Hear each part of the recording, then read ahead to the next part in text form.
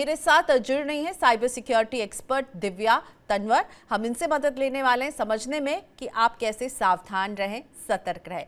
Thank you so much Divya ji, आपने वक्त निकाला मनी 9 के लिए।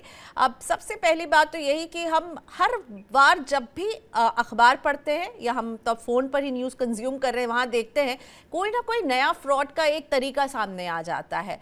आखिर ये घटनाएं जो हैं, इस पर रोक क्यों नहीं लग पा रही है? ना सरकार कुछ कर पा रही है, ना वो एजेंसीज जिनके नाम पर ये ठगी होती है। हमने पिछले समय में देखा जेवर एयरपोर्ट में नौकरी के नाम पर इस तरह के विज्ञापन आए और लोगों को ठगा गया। तो इनकी रोकथाम क्यों नहीं हो पा रही है? आपको क्या लग रहा है, समस्या की जड़ में क्या है? देखिए, जब भी इस तरीके की घटनाएं होती हैं तो सबसे पहले समझना बहुत जरूरी है कि ये लोग जो होते हैं वो आपके माइंड से प्ले करते हैं। कोई ना कोई वो आपको लालच जरूर देंगे, या तो वो सरकारी नौकरी हो सकती है, या कोई डिस्काउंट कूपन हो सकता है, या कुछ भी ऐसा प्रोवोकेटिंग जो आपको लगे कि हाँ लुक्रेटिव ऑफर है मेरे लिए और मुझे इसको ग्रैब करना चाहिए। ये हमेशा होता है और वहां से स्टार्ट होती है। आपके लालच को वो लोग इनकैश करते हैं। और सरकारी नौकरी जब भी पब्लिश होती है, तो हमारे देश में तो यह है कि सरकारी नौकरी एक ऐसी चीज है जिसके लिए सब चाहते हैं कि हम उसमें हो जाए, सरकारी नौकरी के अंदर आ जाए। तो प्रॉब्लम वहां पर आती है कि जहां पर आप देख रहे हो कि वो पब्लिक प्लेटफॉर्म पे है, उसको कोई भी पढ़ रहा है, आप भी पढ़ रहे हैं, साथ में वो क्रिमिनल माइंड के लोग भी पढ़ रहे हैं। तो उसमें होता क्या है कि जब वो लोग पढ़ते हैं उसको वो डिकोड करते हैं कि इसको हम किस तरीके से यूज कर सकते हैं। और आपने कभी भी हम लोगों के साथ प्रॉब्लम क्या है कि साइबर वर्ड हमारी दुनिया में है, पर हम साइबर क्राइम की क्या कहते हैं बारीकियों को नहीं समझते। अब उसमें क्या होता है कि सरकारी नौकरी में अगर किसी ने अगर उस वेबसाइट के अंदर आर भी चेंज कर दिया तो वो कोई और वेबसाइट बन जाएगी। अगर मैं कहूँ कि दिल्ली गवर्नमेंट में मैंने DEE लगा दिया, तो दिल्ली गवर्नमेंट पढ़ने के लिए वो रहेगा दिल्ली, पर उसके अंदर वो चेंज हो जाएगा और इस चीज का फायदा लोग उठाते हैं। तो आप बहुत केयरफुल रहिए जब भी आप किसी भी वेबसाइट के अंदर आवेदन पत्र देते हैं। तो आवेदन पत्र की नॉर्मली कॉस्ट बहुत कम होती है या ना के बराबर होती है। बहुत सारी जगहों पे तो ना के बराबर होती है। अगर आपसे कुछ उस चीज के लिए पैसे मांग रहा है, यानी कि वो फ्रॉड है। आप उस चीज का ध्यान रखिए कि जहां पे भी आपको किसी भी चीज के लिए पैसे देने पड़े, कोई OTP देना पड़े, कुछ भी ऐसी इंफॉर्मेशन देनी पड़े, क्योंकि टेक्नोलॉजी दिन पे दिन बढ़ती जा रही है और हम लोग वहीं पे हैं अभी तक। जो लोग समझ पाए हैं वो समझ पाए हैं, पर प्रॉब्लम हमारे देश में ये आती है कि जब तक टेक्नोलॉजी पहुंचती है ना, तब तक बहुत देर हो चुकी होती है। क्योंकि गांव गांव के अंदर सबसे ज्यादा प्रॉब्लम ये इलिटरेट लोगों के साथ प्रॉब्लम ये है कि वो नहीं पहुंच पा रहे हैं उस जगह तक। तो इसलिए बहुत जरूरी है कि जब भी या तो आप किसी समझदार इंसान से पूछ लीजिए कि मुझसे ये ऐसी पैसे की बात हो रही है, क्योंकि पैसे का जो लेन देन होगा, एक बार अगर साइबर क्राइम के अंदर वो इन्वॉल्व हो जाए, अगर आपने पैसा दे दिया तो बहुत सारी तकलीफें आती हैं, बहुत सारी चीजें ट्रैक करने पे, उसमें बहुत सारी चीजें इन्वॉल्व हैं। आप कुछ अप्लाई कर रहे हैं और वो उनसे आपसे जब कुछ डिमांड करने लगे, कुछ पैसों की डिमांड करने लगे, आपसे कोड या OTP मांगने लगे, तो आपके कान खड़े हो जाने चाहिए। लेकिन दिव्या जी, सरकारी एजेंसियां इस ओर क्यों नहीं ध्यान दे पा रही? वो कुछ कदम क्यों नहीं उठा पा रही? फर्जी विज्ञापन छप जाते हैं, लोग उसके जाल में फंस जाते हैं, पर इसकी रोकथाम के लिए सरकार क्या एक्टिव नहीं है? सरकार इन्हें पकड़ नहीं पा रही है? सरकार से भी बहुत चालाक हैं क्या? जैसे दो चीज है, एक तो जो लोग टारगेट होते हैं वो थोड़े वनरेबल से मतलब है कि उन लोगों में लालच भी है, साथ में जरूरत भी है। ठीक है, तो आपको जब भी कुछ लगेगा कि एक शॉर्टकट मुझे मिल गया, तो वो लोग फंसने के लिए तैयार हो जाएंगे। दूसरी चीज है कि आपको ये नौकरी मिल जाएगी, इसमें मुझे 2,000 रुपए की आप ब्राइब दे दीजिए, 2 लाख की ब्राइब। वो वेरी कर सकता है कि किस तरीके की जॉब है। जहां भी आपने ब्राइब दी वहां पर आपने, अब हम लोगों को शॉर्टकट करने की आदत है ना, हम लोग हैं उसमें पले बड़े हैं, हम लोग को आदत है। तो हम लोग कोशिश करते हैं कि हमारा टाइम बच जाए, हम पैसे दे दें, और ये हर एक जगह चलता है। और ये नॉर्मल भी लगता है कि हाँ ठीक है, आप जा नहीं सकते, आपने किसी को 2,000 रुपए 3,000 रुपए दिए, आपका काम हो गया। पहली चीज तो यहाँ पे आती है। और गवर्नमेंट बहुत जगह पे अलर्ट जारी करती है, उन्होंने बहुत सारे साइबर सेल बनाए, पर उन साइबर सेल की बारीकियां पढ़ने के लिए भी तो वो लोग लिटरेट होने चाहिए ना, उसको पढ़ने के लिए भी तो टाइम होना चाहिए ना। हम लोग पढ़ते नहीं है। बहुत सारी सूचनाएं हमारे सामने होती है पर हम लोग पढ़ते नहीं, हम पे ध्यान नहीं देते। वो तो कहते यहाँ हैं ना पर हिंदी में, जल्दी का काम शैतान का होता है। तो हम बिल्कुल बिल्कुल बिल्कुल है, जल्दी हो जाए, शॉर्टकट ले लें और हो जाएगा काम, थोड़े से पैसे दे दो। तो इससे बचना है। एक तो आपके प्रलोभन को वो अटैक करते हैं, आपको जो चीज़ चाहिए होगी उस वहां पर आप मौजूद होंगे और आपको इस तरह से फंसा सकते हैं कि आप शायद जो है आपके साथ धोखा हो सकता है। अब ये बताइए, हाँ वर्चुअल मोड पे नहीं होता था। अब प्रॉब्लम ये है कि आपके सामने वाला इंसान को आप जान नहीं सकते। बिल्कुल, सब कुछ तो ऑनलाइन हो रहा है, मुश्किल, फेसलेस है सब कुछ। ये प्रॉब्लम हमारे सामने आती है बस। दिव्या जी, जब कोई ऑफर लेटर आए किसी को, हम जॉब्स की जब बात कर रहे हैं, तो असली और हम्म। नकली की पहचान करने के लिए आप कुछ हमें टिप्स देना चाहेंगे कि आप उसे कैसे पहचानें? देखिए, सबसे पहले तो आप उसकी वेबसाइट को चेक करिए। जब भी कोई नोटिफिकेशन आता है गवर्नमेंट की साइड से, तो अलर्ट जारी होता है कि हमने ये वाली चीज करी है, और उसको फ्रंट पेज पे ही दिख जाएगा आपको बहुत आसानी से। आपको जाने की जरूरत भी नहीं है, आपको आसानी से दिख जाएगा। अगर आपको फिर भी लगता है तो आप उनकी वेबसाइट है, उन पे कॉल कीजिए, कस्टमर केयर। जैसे हमारे में तो कस्टमर केयर हो जाएगा। उनमें क्या होता है कि वेबसाइट पे ऑफिशियल होते हैं जो आपसे बात करने के लिए तैयार है। आप उनकी स्पेलिंग्स का ध्यान रखिए। और बहुत रेयर होता है कि वो आपसे पैसे मांगे। गवर्नमेंट वेबसाइट पे अगर कभी भी आप अप्लाई करेंगे तो मिनिमम कॉस्ट होती है 50 से 100 रुपए, अगर वो उससे ज्यादा हो रही है। और बहुत सारे ऐसे होते हैं ना कि बहुत सारी जातियों में तो वो फ्री है। अगर वो आपसे फिर भी मांग रहे हैं, कुछ कम्युनिटी होती है जिनके लिए फ्री है, अगर वो आपसे फिर भी पैसे मांग रहे हैं तो आपको अलर्ट होना। पैसे का जो स्कैम होगा सबसे पहले आपके सामने आएगा, क्योंकि कोई भी आपको कभी अप्रोच करेगा ही नहीं। विदाउट मनी आपको कोई अप्रोच करने वाला नहीं है। ठीक है।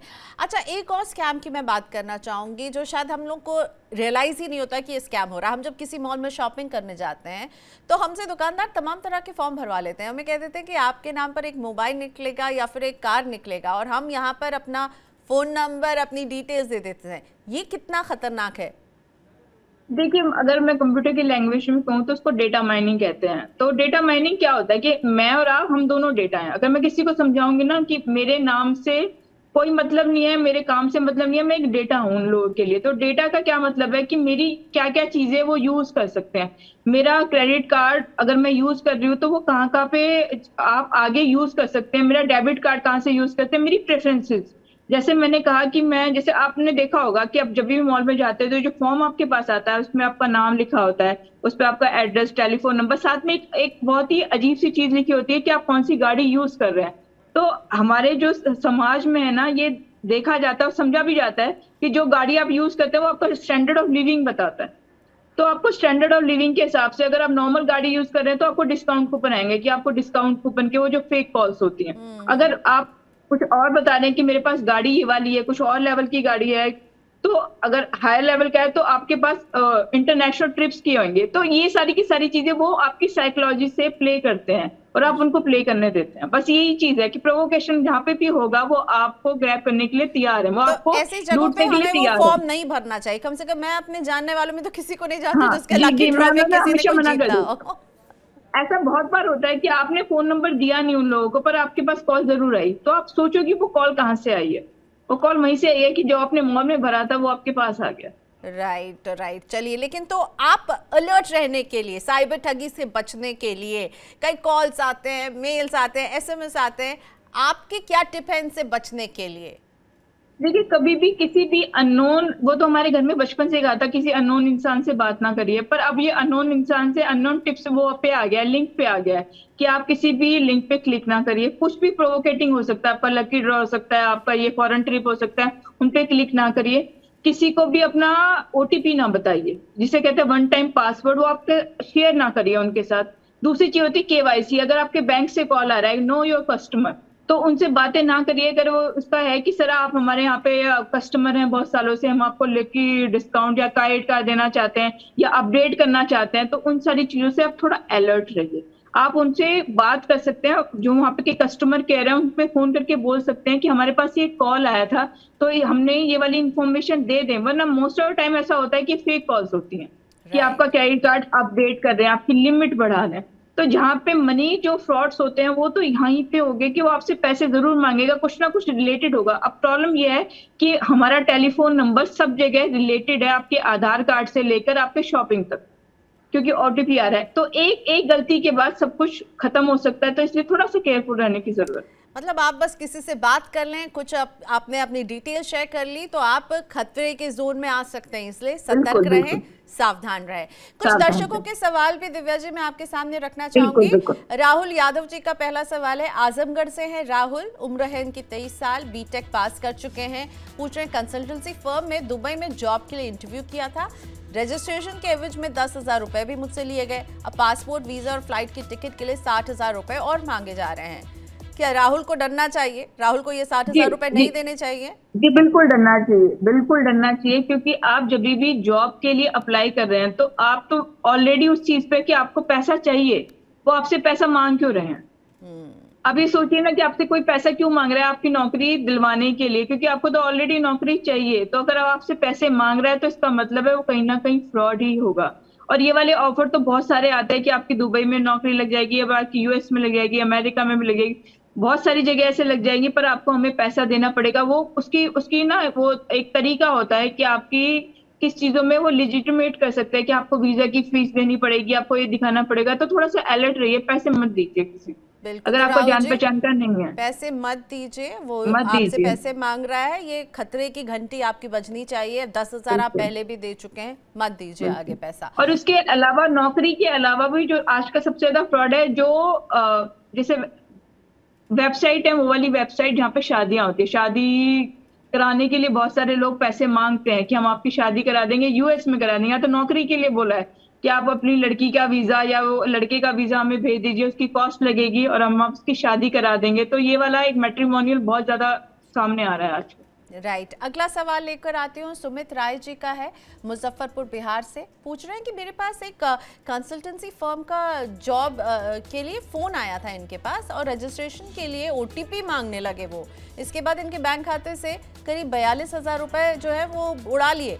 यहाँ शिकायत करनी चाहिए सुमित जी को, क्या करना चाहिए? देखिए, इसमें भी उन्होंने आपसे कुछ मांगा। अभी दिव्या जी ने समझाया है कि जब भी आपसे पैसे मांगे, आपका ओटीपी मांगे, आपके बैंक की डिटेल मांगे, तो आपको जो है सतर्क हो जाना चाहिए। अब इनके जो ये 42,000 रुपये निकाल लिए इनके बैंक अकाउंट से, क्या इन्हें मिल पाएंगे दिव्या जी? देखिए, आप ना एक काम कर सकते हो, वो मिलने के लिए तो एक प्रोसेस बहुत बड़ा फॉलो करना पड़ेगा, उसमें साइबर फॉरेंसिक भी आ जाती है। साथ में ये हो सकता है कि आपने अगर रिकॉर्ड रखा है, मोस्ट ऑफ टाइम रिकॉर्ड रखते नहीं चीजों का, अब इस चीज को आगे से ना हो आपके साथ, क्योंकि अब तो पैसा जा चुका है, उसके लिए बहुत सारी चीजें, प्रोसेस लंबा है, शायद मिल जाए। अब उसमें दोनों चीजों को एक्टिव होना पड़ेगा कि पुलिस वालों को भी और बैंक को भी। पर बैंक को आप एक नसीहत दे सकते हैं कि देखो, मेरी लिमिट ये है, अगर मेरी मैक्सिमम लिमिट है, अगर ऑनलाइन में ट्रांजेक्शन करना हो तो मैं 5 से 10,000 के बीच में करूंगा, इससे ज्यादा। अगर आपके साथ फ्रॉड हो भी गया, पहले तो ओटीपी शेयर ना कीजिए। दूसरी भी, अगर आपने आप ओटीपी शेयर कर ही नहीं सकते। आप जब किसी को पैसे, वन टाइम पासवर्ड, जैसे मैं इस लोगों को बताना चाहूंगी, जो वन टाइम पासवर्ड होता है, जब आप कोई मनी ट्रांजैक्शन करते हैं तभी आता है आपके पास। यानी कि आप उसमें कुछ भी भर सकते हैं। जैसे आप लोग, हम सब ऑनलाइन शॉपिंग करते हैं, ओटीपी तभी आता है जब हम वन टाइम पासवर्ड तभी आएगा जब हम किसी कोई अमाउंट डालेंगे। तो वो अमाउंट आपसे मांग कर, वो ओटीपी शेयर करके वो कुछ भी निकाल सकता है। सिंपल सी बात है, जब ओटीपी आपसे वो मांग रहा है। तो दूसरी चीज ये है कि आपके बैंक में आप बोल दीजिए कि इतना अमाउंट, अगर मैं ऑनलाइन शॉपिंग कर रहा हूँ तो 5,000 से ज्यादा लिमिट नहीं है। वो आप जाके वहां पे बात कर सकते हैं, अपने रिलेशन मैनेजर से बात कर सकते हैं, उन लोगों से बात कर सकते हैं। तो कहीं ना कहीं अगर आपका बच्चा, अगर आपके अलावा आपका बच्चा भी है, वो आजकल तो बच्चे भी शॉपिंग करते हैं क्योंकि फोन आ गया उनके हाथ में। अब वहां की घर की महिलाएं हैं जिनको नहीं पता साइबर के बारे में, तो आप करिए कि कितना अगर फ्रॉड हो सकता है तो मैक्सिमम 5 के आसपास हो जाएगा मेरे पास। तो ये आपको देखना पड़ेगा, एक नंबर ऑफ अमाउंट जो होता है ना, नंबर ऑफ ट्रांजैक्शन आप लिमिट कर सकते हैं, नंबर ऑफ मतलब अमाउंट आप वो कर सकते हैं, लिमिट कर दिया आप, रख देंगे, बिल्कुल रिस्ट्रिक्शन तो कोई ज्यादा नहीं पैसे निकाल पाएगा। ये एक अच्छी सावधानी की बात आपने बताई है। लेकिन जो पैसे गायब हो गए इनके ओटीपी दे करके, ये इन्हें मिल पाएगा? क्योंकि बैंक तो कहेगा आपने खुद ओटीपी बताया। देखो, बैंक ही कहेगा तो आप पुलिस में एक कंप्लेंट कर सकते हैं, पर पुलिस वाले आपसे जो होगा ना, जो वहाँ के वो होंगे, वो आपसे साइबर फॉरेंसिक में जाती हैं सारी की सारी चीजें। वो आपसे पूछेंगे कहाँ से आया, कौन से लैपटॉप से गया, कहाँ से आपने ट्रांजेक्शन करा, कौन सा स्पेस था, कौन सा ज्योग्राफिकल एरिया था, तो बहुत सारी चीजें जाएंगी उसके अंदर। तो इससे बेटर, प्रिकॉशन हमेशा बेटर होती है क्योर से। तो प्रिकॉशन लीजिए, यही है हमारे समय की हम प्रिकॉशन लें। Thank you so much Divya ji, अच्छा लगा आपसे बात करके, और आपने बहुत सारी काम की बातें भी बताई हैं। धन्यवाद आपका। फिर मुलाकात होगी जल्द मनी 9 पर। शुक्रिया आज के लिए।